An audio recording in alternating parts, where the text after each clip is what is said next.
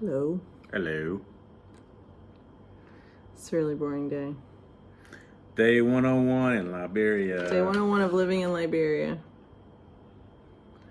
I really don't think that we fully captured the kitchen side. I want to go in the kitchen again. Will you go stand in the kitchen? I'll bring the people. Come on. I don't guess it was really like a question as much as it was a... So I want you guys to check out this kitchen.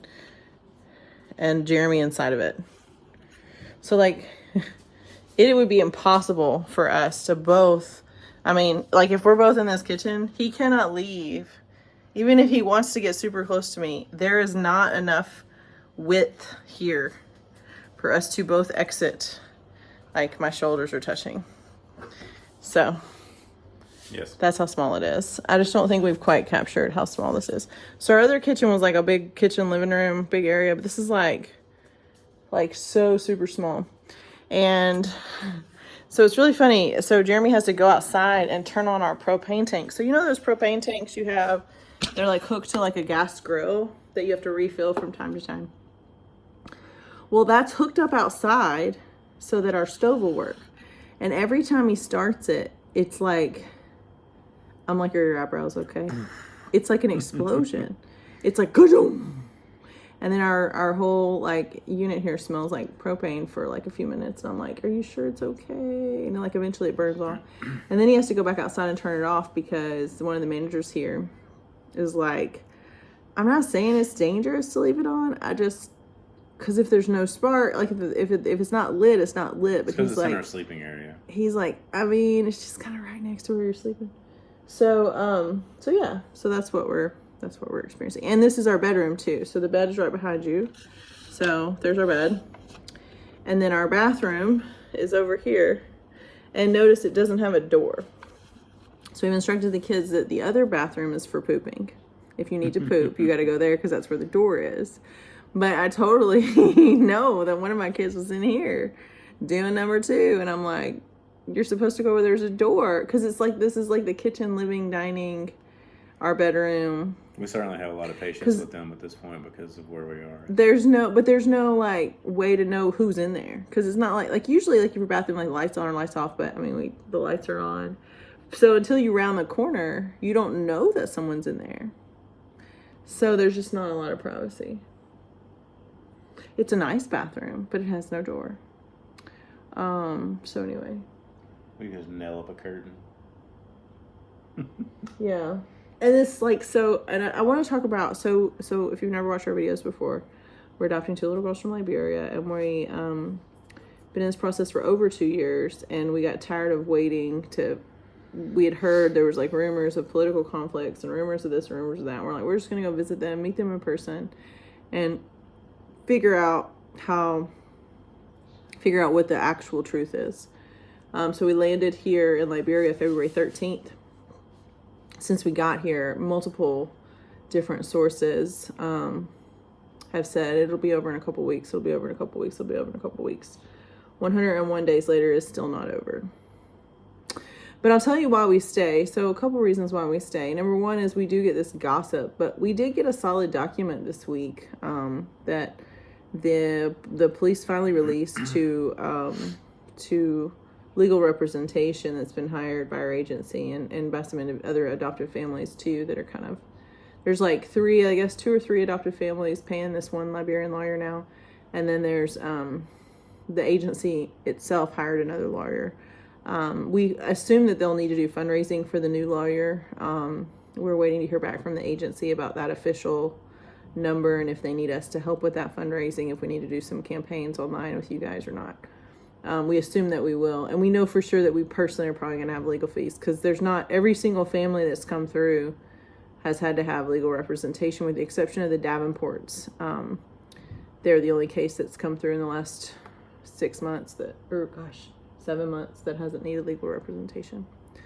They're the only case that's gone through, period. The rest of them are having to get lawyers. We are not to the phase where we could hire a U.S. attorney. We know that we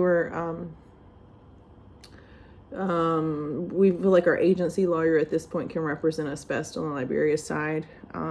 So we're okay with that. We're going to help where we can with those legal fees, and have helped already with those legal fees to get that ball rolling. Because we're the only family in country right now, so we're kind of next. We're not next per se, but there's 8 other families in the same phase that we're in. There's 2 families that are a little bit ahead of us, like one piece of paper ahead of us, but in essence, it's really 10 families that are all in the same boat. There's 2 families that have been sent to U.S. immigration that their children are still here, but their case is in the U.S. immigration world, which you would almost think would be better, but it's not, because that's a whole different problem. We did get to actually lay eyes on a preliminary status report that still exonerated our agency of any wrongdoing, exonerated our orphanage director of any wrongdoing. And the case that was in question from a Liberian side, the interview at the embassy that kind of prompted this investigation was found to have no fault.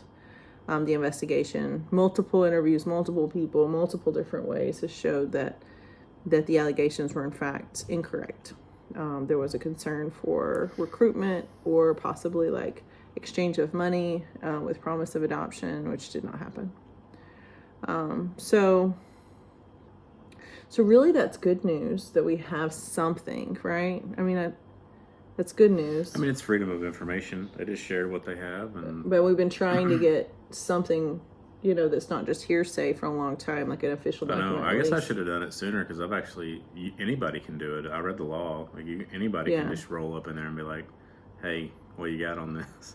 But our friend's lawyer, a Liberian family that had their case history report that was living here, their lawyer asked for it multiple times. So I don't think that he just missed that step to fill out that piece of paper. He's a lawyer; he should know that he could have it under the Freedom of Information Act. Maybe he didn't, but I would assume that he would. Well, for some reason, something we know now. Came out from it. If you find yourself living in Liberia and you'd like to know something, you can fill. And there are laws about it. They don't have to release it. They do have 30 days to release it. If it's an ongoing criminal investigation and they think releasing it could hurt the case, they don't have to give it to you. So, but if you improperly deny it, there are stiff penalties for the person that denied it. The big fear is, our concern is that our children could be moved from the orphanage to a separate location. That's kind of been a question that they've brought up. Like, should we? But the lawyer that represents the agency thinks that that's an illegal move because there's no concern for the children's safety. The allegations had nothing to do with the children's safety at the orphanage.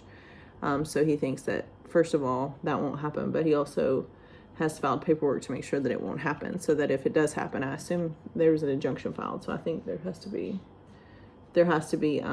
if they want to move the kids, they're going to have to take it to a judge and get a judge to sign off, I would assume. I don't know for sure. So we're binge watching on Netflix now, How to Get Away with Murder. And, I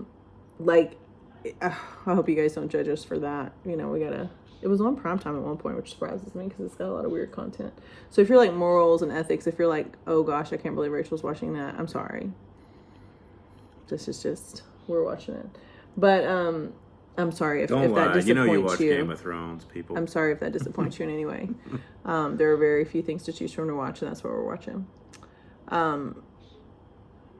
But they're on the show, they're talking about class action lawsuits. So I'm like, we almost have enough people for a class action lawsuit against the U.S. government for these delays. They're spread out. So you want 40? Is that right? 40 people? Well, that's what they said on the show.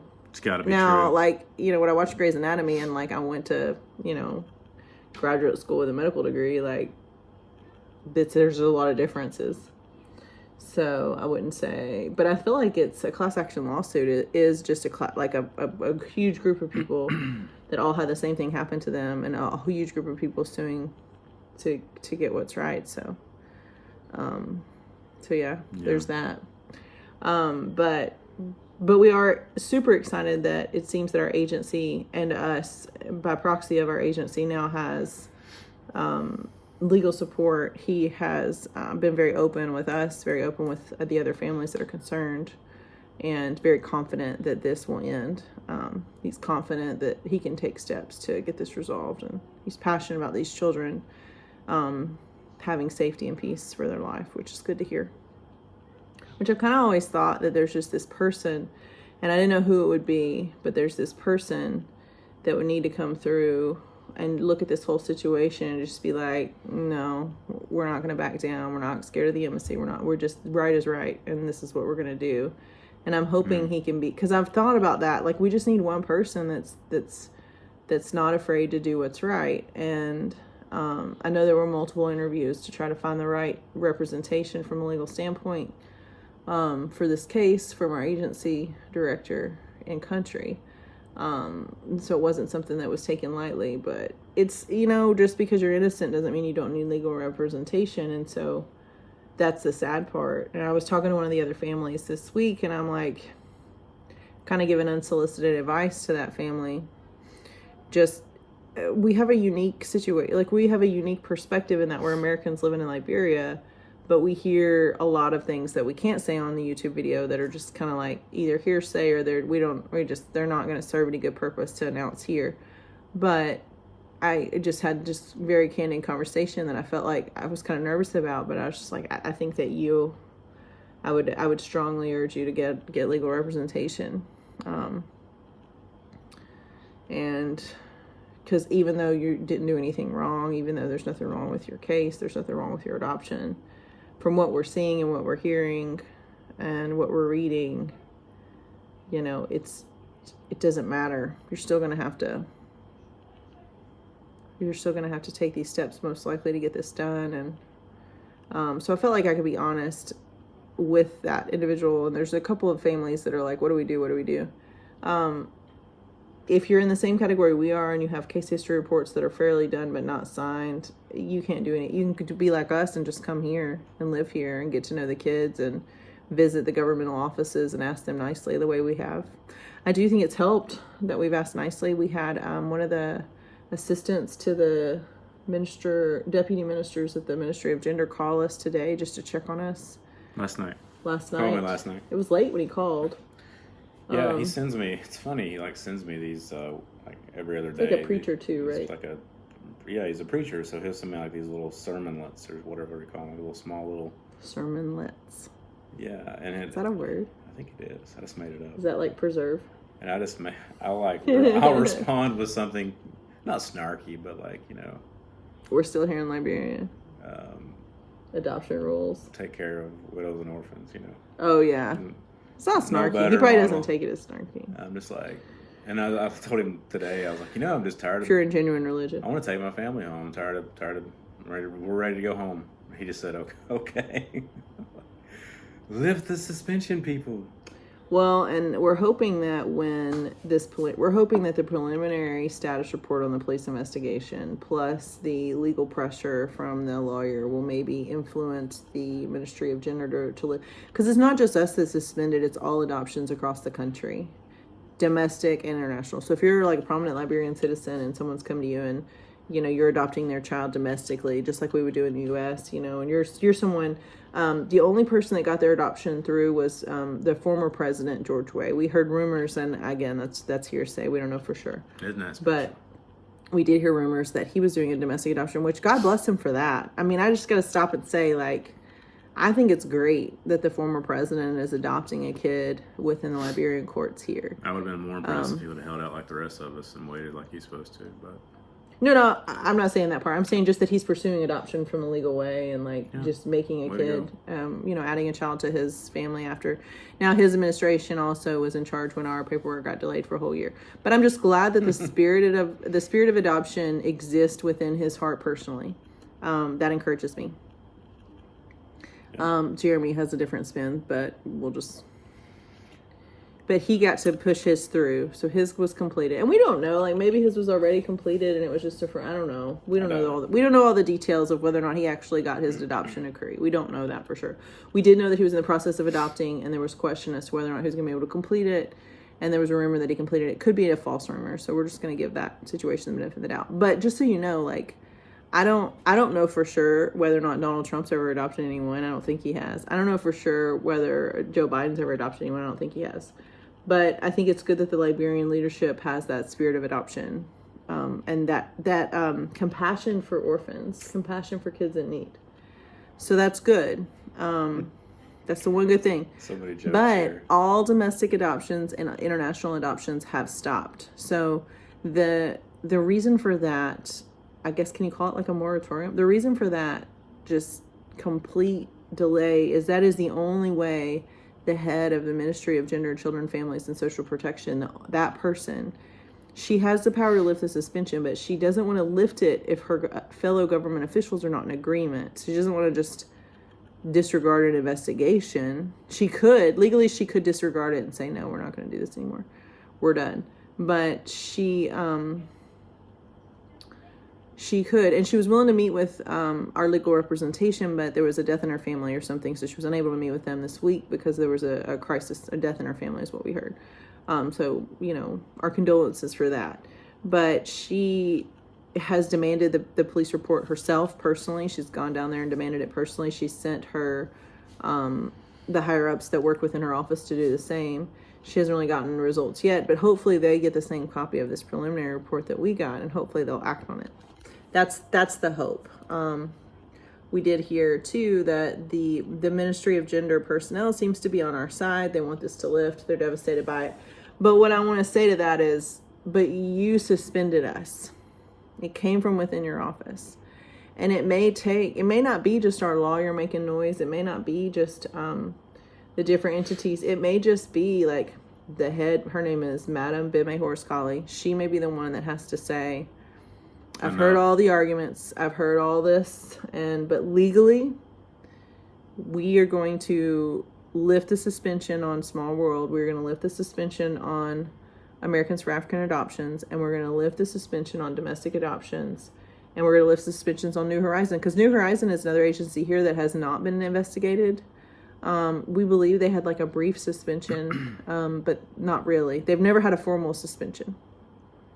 Because once we get unsuspended here, we actually have to, our agency has to go through a different application process in the United States to prove that we're back in good standing with Liberia before we can actually adopt our kids. So there's two separate entities there that are now involved. And that entity is called IAAME, and that's basically the accreditation for agencies in the U.S. They, it's like their home study, I guess, their agency. So it's a frustrating day because we didn't really do anything. We didn't leave the house. My goal was to finish my daughter's extensions, and I did not do that, but I will finish it tomorrow. Nelson has invited us to church tomorrow, Sunday, for that his wife is being honored. So we're excited about that. We're going to join them there for church. Maybe meet some new people. We're excited about her. We're congratulatory for her for her new whatever, for what she's winning. It's a, forget what is it, it's like a Mother of the Year award kind Mother of. of the Year at their church. So it's a good honor that she's getting. So we're excited we're excited just to see them. They've been sick. We haven't been able to go because half the kids were sick and things were, and then they had some roof problems. They've had their normal problems. That part of their wall could collapse. Yeah. So like again, this is kind of what I'm talking about. Like our kids tonight prayed again for our adoption to complete. And I'm not looking at the times. Like they probably said that prayer 681 times. Oh yeah. Please help our sisters come home. Please help them come home on this trip. I need an answer to this prayer. And I'm just waiting for the day because our kids are young, so their prayers are personal, but they're kind of rehearsed. They say the same things. Only the middle one actually has like a conversation with God that's like kind of pontificating. She'll say, she's the only one that prays for our dog not to get hit by a car too. Yeah. So there's that. I'm just waiting for the time that our kids are sitting with us and they say that prayer and then they stop like, oh wait, they're here, just because it's been so rehearsed.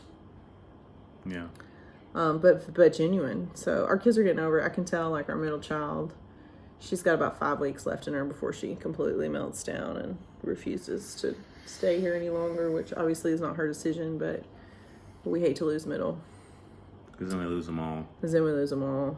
And it's not that our resolve would change, but it is that the spirit of our family will be shattered if we lose the support of our middle child, because she kind of speaks for the group.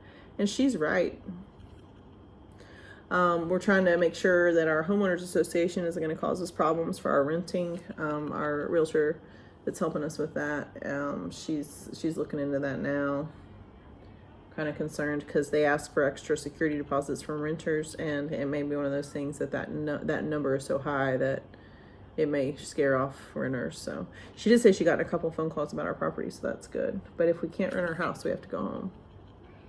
Unless somebody's got an extra. Because it's just, and we knew that. Like, we knew that there would be barriers to just renting. That's just why we kind of put it off. But if we can't work from here, if Jeremy can't work online from here, I can't work from, you know, if you guys would buy us a bunch of noonday stuff, that would help too. That's work from here. I've got some games going. I'm playing Battleship now. There's a Battleship game. Noonday Battleship. In my noonday group. But I don't know. It's good to talk to Anna today. Anna called. It's nice to talk to her. It's good to hear from Victoria, her update with her lawyer. It was good to hear that she had an update. It wasn't the update that we wanted. So I feel like the U.S. Embassy is just, they don't understand that adoptive parents have resources too, and the lawsuits that are going to come against the U.S. Embassy in Monrovia for any procedural misconduct at all, they're under a huge microscope by us now. So every single family that comes through, there's no, I mean, it's to the point where it doesn't even matter about the money anymore. It's just about the justice. We're going to have to make a stand on this, because these kids are dying. Like, there are kids that are dead today that would not have been dead if they had been able to enter that orphanage safely. How much little man syndrome do you have to have at the embassy to sit there and be like, nope, you can't take that kid home. Nope, you can't take that kid home. It's disgusting. And it's after we've already legally adopted them. So, like, Liberian law doesn't allow us to adopt them outside of their law. And their law is the same as U.S. law in terms of immigration to the United States. It just makes me so mad. So they tell us no, and they cost us time, which costs a lot of money, and then they go back and forth. It's just the people that are fueling that, the group of people that are fueling that, deserve to be replaced and punished. All the families may be suing them eventually. Oh yeah, I mean, we will. A lot of the families probably could have sued them in the past, but once you get your kid home, you're kind of like, okay, I'm glad I'm done. But those of you that have gotten your kids home and you're like, okay, I'm glad I'm done. Like, the families that came through most recently, the families that came through in the last 6 months, all of them had some issue. There's only one family that had no issues, that I heard of. Every single family that had one issue, maybe two families that had no issues, need to file a complaint with the Inspector General if you had any issues at all. And if you don't do that, you're wrong. And some of you guys are my friends, and I say that with love. But if you have brought a kid through Liberia and adopted them, and you have not filed an Inspector General complaint with the U.S. government, you are 100% wrong. It is free to file an IG complaint. If you need help doing it, Amanda Kramer will help you. I will help you. I can't file one yet because I haven't been abused by them yet. But the moment they even look at me and have a tone that I construe, that I receive as negative or intimidating or anything remotely suggesting an illegal act or a violation of foreign policy, I will be making an IG complaint, and I'll be taking notes 100%. But if you have not, then you're wrong and you're hurting our case, because it's got to happen. So I know a lot of you guys are just relieved to be home, and I'm relieved for you, but you still need to file the IG complaint. If you have had an interactions from 2021 to now with U.S. Embassy in Monrovia, any interaction that was unfavorable, you need to talk to me or talk to Amanda Kramer and figure out if it's worthy of an IG complaint, and you need to file it today. It's not hard to do. It's free. It's free. But it needs to be done. And again, if you don't do it, then you're wrong. And if you do it, let me know, so that way I'll know to not be mad at you in my head for not doing it. Or not mad, but disappointed. You know? Yeah. Because that's really the only way we're going to get attention on this is people have to fight back even when you finally get what you want. If you didn't get it in a way that it should have gone, if it cost your children time away from you, if you got sent for, I mean, you can't let it go. So, and if you're watching this video, you don't want to let any of this go. That's why you're watching. I mean, we've been impacted directly by them too. Yeah, I mean, we can't make a direct complaint yet, but trust me, we will. We will. If we can find any reason to tie the U.S. Embassy's actions to our delay right now, we will. for our kids, for ourselves, for our American kids too, and the time that they've had to spend here, that their lives are basically on hold. You know, they don't get to play now. They're not going to get to play, soccer this summer. Like they're not going to get to do all the things they want to do.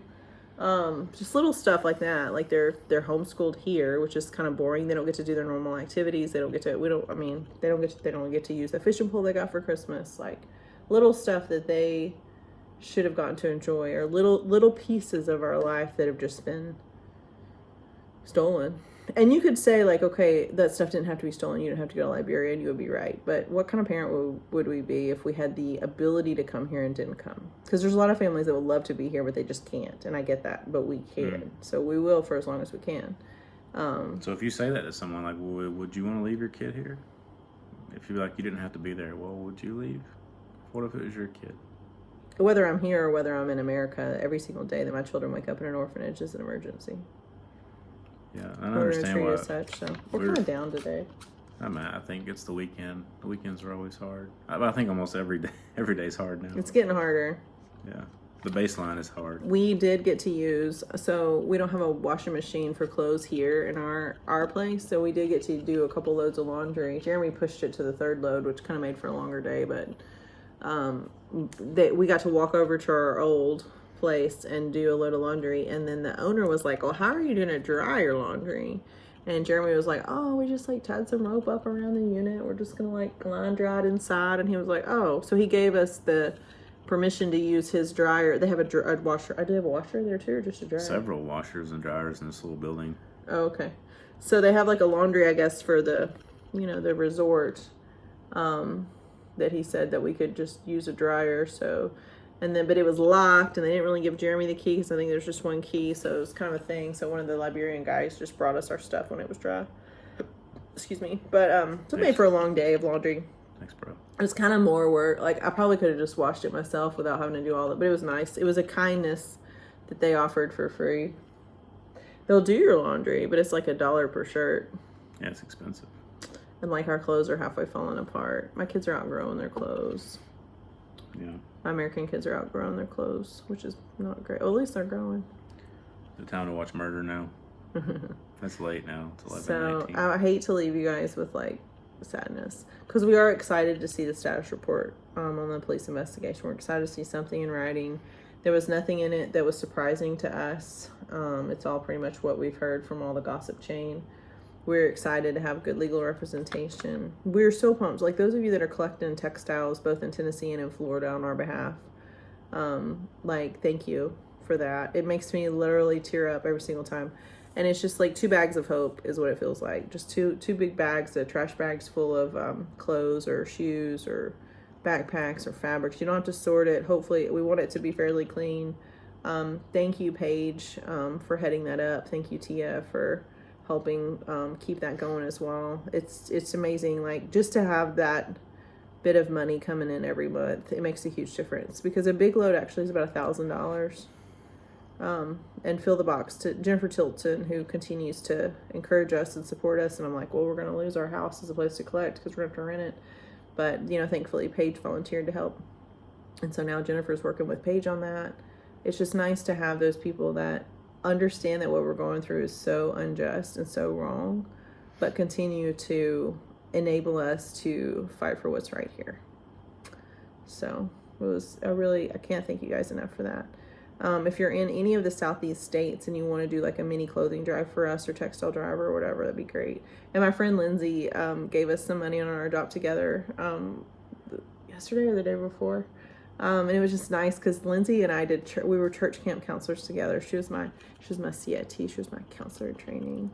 We were in high school, and I just have those memories with her. And I just remember your little teenagers in charge of 10 or 12 kids for church camp for the week, and just the youth group memories we made there. And I'm grateful for Facebook that we can stay connected to these people. But you see these names pop up, sending you money or sending you encouragement or saying, oh, I got a bag of clothes for this, or how can I help you from there?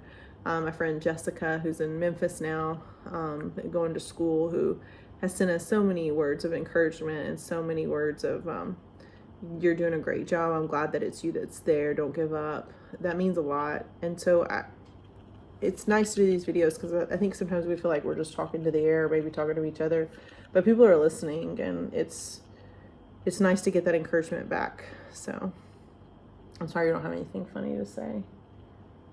I can't think of anything funny. Can you think of anything funny? No. Nothing at all. Killed a couple cockroaches in our room. Our room is nice. I did kill a big one a couple days ago. Well, there was one. Okay, so I'm sitting on the couch. This was funny. So I'm sitting on the couch, like over here. I'll pan it over. So there's our couch, and our TV is like, obviously, like right there, and then our bed. So I'm sitting on the couch, and I see this dark, like, thing run under the couch. And I was like, it kind of looked like a frog scurrying, but not like a lizard, but it wasn't a lizard. And I was like, I don't know what that was. But I got up like some ninny. I got up and went and sat on our bed and turned on all the lights and was like, I'm not moving. I might as well have been like on a chair in the kitchen. Like it was that bad. And I was like, there's something under there. And Jeremy was like, okay, let me see. He's like moving the couch. He's all like, he's being cautious, but he's like, I'm the man, you know, and take care of this. Protect my woman from whatever it is. Right. I mean, the only thing I could tell him for sure is it's not a snake. I knew it wasn't a snake, but it was like it ended up being this like frog-sized cockroach. So like if you live in Florida, you know, you get those frogs on your windows and stuff, and they're just scary, but they're like, you know, this big. I think like spread out with the shadow and everything. It looked like it was eyeball. It's like I caught a fish this big. No. When you finally killed it though, it was big. It was big. So now it's kind of a game. So our 8-year-old is like, I want to catch the lizard. I want to touch it. And she wants to do this catch and release thing. And I'm like, I'm going to vomit. I'm going to throw up right now. I'm glad She's definitely not afraid of those. Because like when I found that, when Anna and I saw this little snake little black snake swimming in our pool and trying to get it out, I was like, if Anna and her kids weren't here, I would go inside, pretend like I never saw it, and leave it there forever. And hope that it died of the chemicals. Like, I do not want to have anything to do with these animals. So thanks for killing the cockroach. No problem. No guitar tonight. We're too depressed. Oh, Jeremy got reprimanded for breakfast this morning. Yeah, it was. He usually, because we sleep in, because we kind of like right now it's 11 o'clock, so we're gonna watch TV, have a snack, but like we'll sleep in. We're pretty much still in America time. Like in Florida right now, it's like 7:30, right? 7:30, yeah. So it's 7:30. Hang on, girls. So we will wake up at like 9 or 10 here, but now we've pushed it to like 11. So today he ordered breakfast at noon, which prompted management to remind us that breakfast should be ordered by 10 a.m. Which is ridiculous, but I do. But he hasn't, or it's been kind of like 10, 10:30, 10:45. There's been a progression. And then it's been a slow progression, but today when we hit high noon, it was like, yeah, the breakfast staff's gotta go. So I have an alarm set now. And apparently I can order by the phone, so I don't have to get out of bed, which is good. They still mess up our order every time, but... I know. Yes, you can use the washing machine in your old unit that you can't afford anymore. And yes, you have to order breakfast before noon, Mr. Smith. So. Thank you, ma'am. God bless. Yeah. So I guess that's all we have. Yeah. Bye, friends. Bye.